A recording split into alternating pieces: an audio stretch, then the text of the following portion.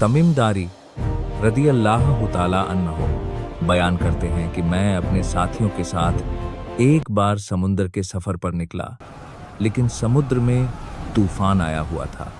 तूफान की वजह से मैंने मेरे साथीदारों को अपनी कश्ती लेके वापस रवाना कर दिया और मैं एक छोटी कश्ती लेके सफ़र पर निकल गया। सफ़र के दौरान तेज़ हवाएं और लहरें मुझे एक अजीब से टापू पर ले गई।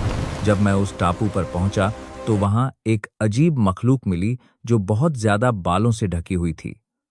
उसे जस्सासा कहा जाता था। उसने मुझसे कहा, मैं जस्सासा हूँ, एक आदमी तुमसे मिलना चाहता है, आओ।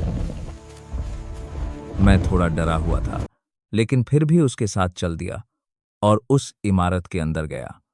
वहां मैंने एक बहुत बड़े आदमी को देखा जो जंजीरों में जकड़ा हुआ था। उसके हाथ उसकी गर्दन से और उसके पैर मजबूती से बंधे हुए थे। उस आदमी ने मुझसे कुछ सवाल किए। उसने पूछा, क्या बैसान के खजूर के पेड़ अभी भी फल देते हैं? मैंने कहा, हाँ, वे अभी भी फल देते हैं। उसने कहा, जल्द ही ऐसा समय आएगा जब ये पेड़ फल देना बंद कर देंगे। फिर उसने पूछा, क्या सी ऑफ गैलिली में अभी भी पानी है? मैंने कहा, हाँ, उसमें बहुत पानी है। उसने कहा, एक समय आएगा जब ये झील सूख जाएगी। फिर उसने पूछा, क्या जोआर के झरने में पानी है और क्या लोग उस पानी से खेती करते हैं? मैंने कहा, वहाँ पानी भी है और लोग खेती भी करते हैं।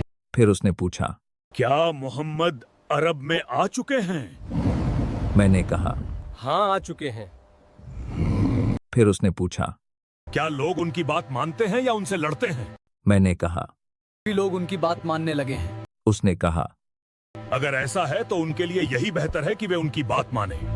उसने कहा, मैं ही मसीह दज्जाल हूँ, जल्द ही मुझे बाहर निकलने की अनुमति मिल जाएगी। मैं पूरी दुनिया में घूमूंगा, लेकिन मैं मक्का और मदीना में प्रवेश नहीं कर पाऊंगा क्योंकि वहां फरिश्ते पहरा देंगे। यह सुनने के बाद मैं वहां से लौट आया और दौड़ते हुए मोहम्मद सल्लल्लाहु अलैहि वसल्लम के पास पहुंचा और मैंने यह पूरा वाकया रसूलुल्लाह को सुनाया। फिर नबी सल्लल्लाहु अलैहि वसल्लम ने लोगों को जमा करके बताया कि यह वही दज्जाल है जिसके बारे में मैं तुम्हें पहले से खबर देता रहा हूं और आगाह करता रहा हूं। तो ऐ लोगों, याद रखो, दज्जाल का फितना हक है। इसकी खबर हमें मोहम्मद सल्लल्लाहु अलैहि वसल्लम ने दी है और जो बात उन्होंने बताई है वह ज़रूर पूरी होगी। इसलिए हमें चाहिए कि हम अल्लाह से उसकी पनाह मांगें, क्योंकि दज्जाल का फितना सच है और वह एक दिन ज़रूर जाहिर होकर ही रहेगा।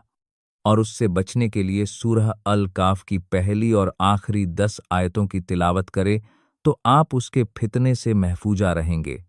और अल्लाह ताला से दुआ है कि हम सभी को दज्जाल के फितने से बचाए। आमीन।